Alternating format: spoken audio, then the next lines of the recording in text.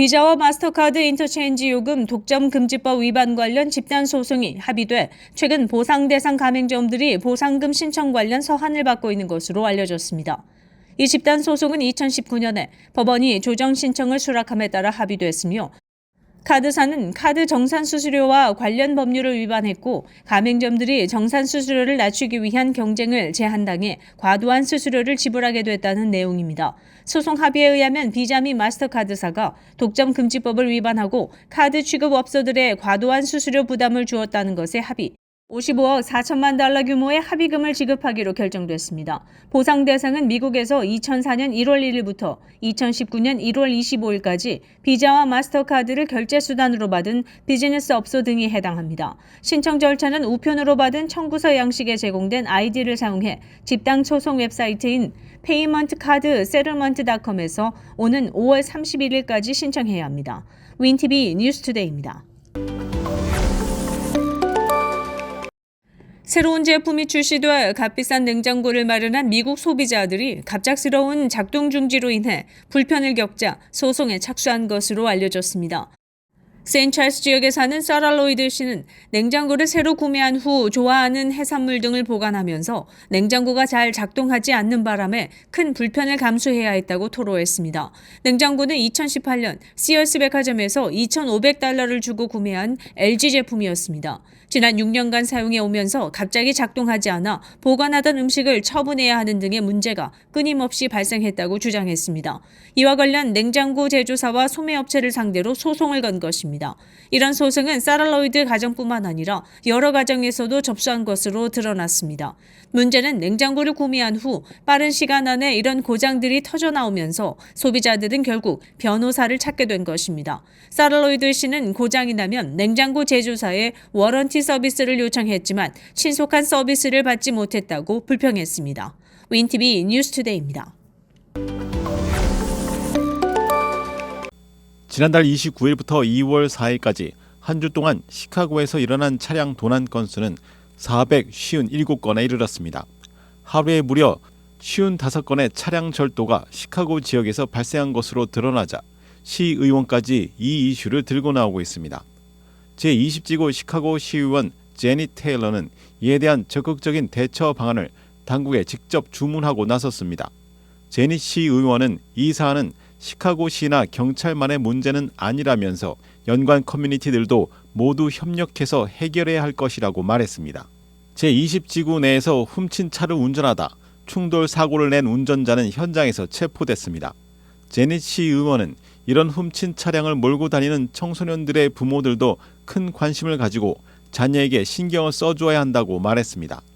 이런 일련의 도난 사건과 아울러 자녀 교육 등에 관심을 가지고 안전한 커뮤니티를 만들기 위해 제니 테일러 시의원은 8일 오후 6시부터 구역 내 셔우드 파크에서 주민들을 위한 커뮤니티 미팅을 개최한다고 덧붙였습니다.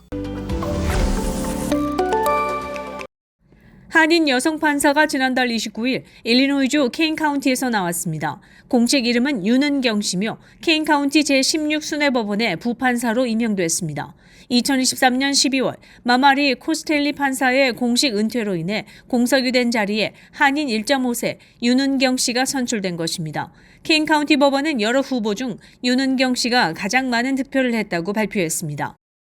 현재 윤은경 씨는 정식 임용을 앞두고 법원 업무를 배우는 중으로 알려졌습니다. 그는 임명 전 청문회를 통해 제16순회법정에서 수년간 어시스턴트 퍼블릭 디펜더로 일하면서 많은 케이스를 접해왔다며 이렇게 법원으로부터 능력을 인정받아 판사로 공식 임명받게 돼 기쁘고 공직 생활을 통해 향후 판사직을 수행할 수 있게 된 것에 대해 진심으로 커뮤니티와 법조계에 감사의 말씀을 드린다고 소감을 밝혔습니다. 윤은경 씨는 시카고 한인 미디어에서도 일한 경험을 가지고 있습니다. 그는 케인 카운티 커뮤니티 법정에서 계속 공직 생활을 해나갈 수 있음은 개인적인 영광이며 하나의 특권을 받은 소중한 기회라며 판사의 길에 접어들어 바야흐로 공직에서 나의 모든 것을 쏟아부어 시민들을 위한 봉사의 기회가 주어져 너무나도 가슴 벅차다고 말했습니다. 드폴대 법대를 졸업한 후 2002년부터 법조계에 발을 디딘 후 윤은경 씨는 케인 카운티에서 근무해왔습니다. 2001년에는 명예 연방판사 구즈만 오피스에서 일했고 연방대법원 및 일리노이 대법원 멤버, 일리노이 퍼블릭 디펜더 어소시에이션, 케인 카운티 변호사협회 등에 소속돼 법조계에서 활발한 활동을 펼쳐왔습니다. 특히 케인 카운티 변호사협회에서는 법률 커미티의 여성 공동의장으로 선출되기도 했으며 줄곧 일리노이 주정부 및 로컬 법률 관련 정기 간행물 발행 등에도 크게 이바지해왔습니다. 윈티비 뉴스투데이입니다. 남가주에서 군용 헬기가 추락해 탑승자 5명이 사망한 사실이 확인됐습니다. 미 해병대는 8일 성명을 통해 샌디에고 동부 지역의 산에서 헬기가 추락해 탑승한 해병대원 5명이 사망했다고 밝혔습니다. 이에 해병대는 사망한 해병대원들의 가족과 친구들에게 깊은 애도의 뜻을 전했습니다. 해병대에 따르면 지난 6일 늦은 밤 라스베가스 북서쪽 크리치 공군기지에서 훈련을 마치고 샌디에고의 해병대 미라마 항공기지로 돌아오던 중 군용 수송 헬기와 연락이 두절됐습니다. 헬기는 폭풍 속에서 사라졌으며 7일 아침 샌디에고에서 차로 1시간 거리인 파인밸리 산악지역 인근에서 추락한 실종 헬기 잔해가 발견됐습니다. 당국은 생존자 없이 탑승대원 전원이 사망한 것으로 확인했지만 신원은 아직 공개하지 않았습니다. 해병대의 마이클 사령관은 사망한 해병대원의 유해 수색 작업이 시작됐으며 사고 원인에 대한 조사도 진행될 것이라고 덧붙였습니다.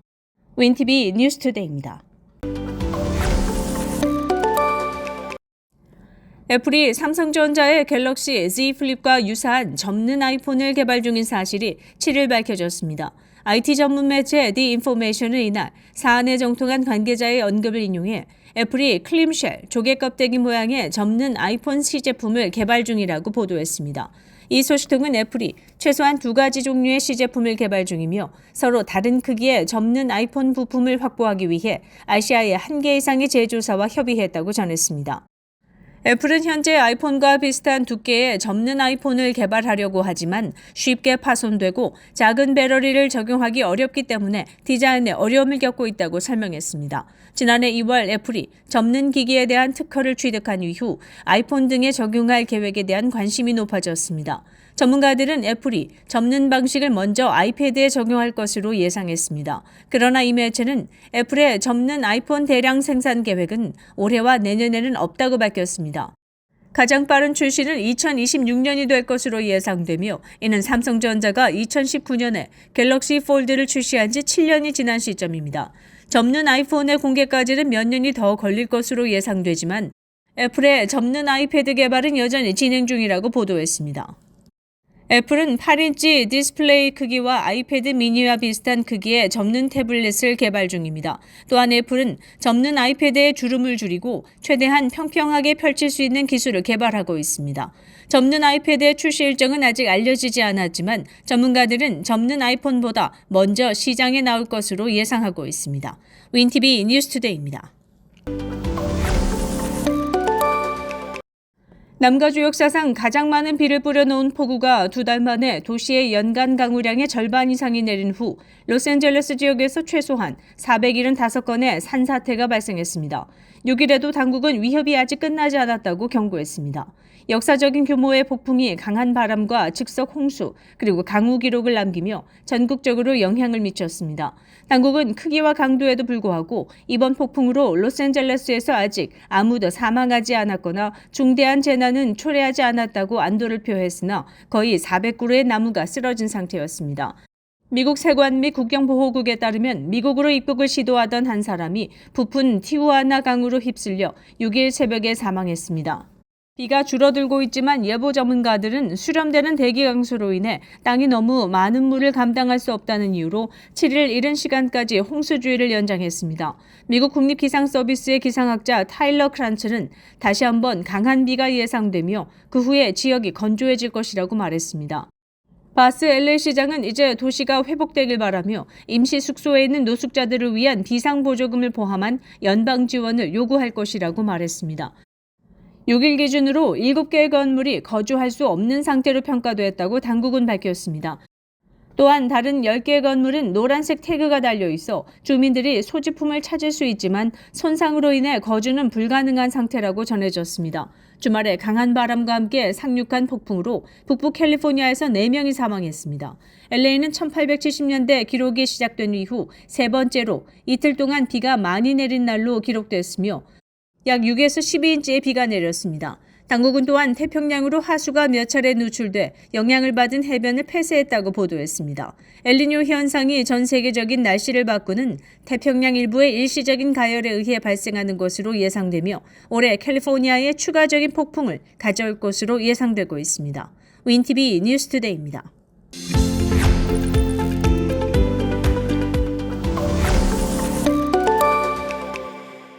시카고 한인동포 일간지 한국일보는 전자신문으로도 배포됩니다. 시카고 한국일보 무료 신문은 가까운 한인식당이나 마켓에서 볼 수 있습니다.